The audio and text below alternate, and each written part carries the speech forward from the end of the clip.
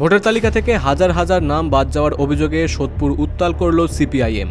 আজ ১১১ পানিহাটি বিধানসভা কমিটির পক্ষ থেকে পানিহাটি পৌরসভার অভ্যন্তরে নির্বাচনী আধিকারিকের অর্থাৎ ইআরও দফতরে একটি বিক্ষোভ কর্মসূচি ও ডেপুটেশন প্রদান করা হয়।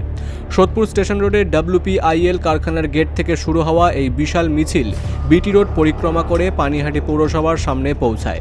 সিপিআইএম নেতৃত্বের অভিযোগ, বর্তমানে পানিহাটি বিধানসভা কেন্দ্রে প্রায় ৩৩,২০০ জনের নাম ভোটার তালিকা থেকে বাদ গেছে এবং আরও ১৩,০০০ নাম বাদ যাওয়ার আশঙ্কাও রয়েছে।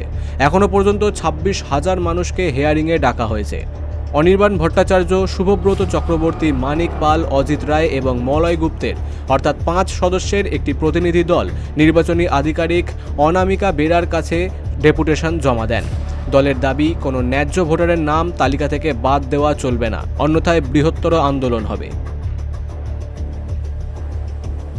নামে যেভাবে বৈধ ভোটারদের অযথা হয়রানি করা হচ্ছে, কারোর নামের বানান ভুল, কারোর বাবার নামের বানান ভুল, সামান্যতম কোনো রকম ভুল থাকলেই তাকে গ্রাউন্ড রিয়েলিটিতে তার কোনো ভেরিফিকেশন না করে যন্ত্রের সাহায্য নিতে গিয়ে মানুষকে হয়রানির সামনে যেভাবে ফেলছেন নির্বাচন কমিশন, আমরা তার বিরুদ্ধে প্রতিবাদ জানাতে গিয়েছিলাম এবং আধিকারিক আমাদের সঙ্গে কথা বলেছেন।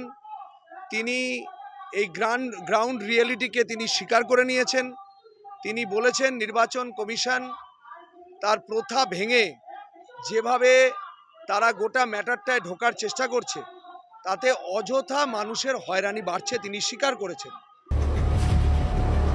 বিক্ষোভ সভায় চয়ন মুখার্জি, শুভব্রত চক্রবর্তী এবং ডিওয়াইএফআই নেত্রী প্রিয়াঙ্কা কাঞ্জিলাল বক্তব্য রাখেন। খড়দা থানার আইসি ও এসিপির নেতৃত্বে বিশাল পুলিশ বাহিনী পুরো এলাকা মুড়ে ফেলেছিল।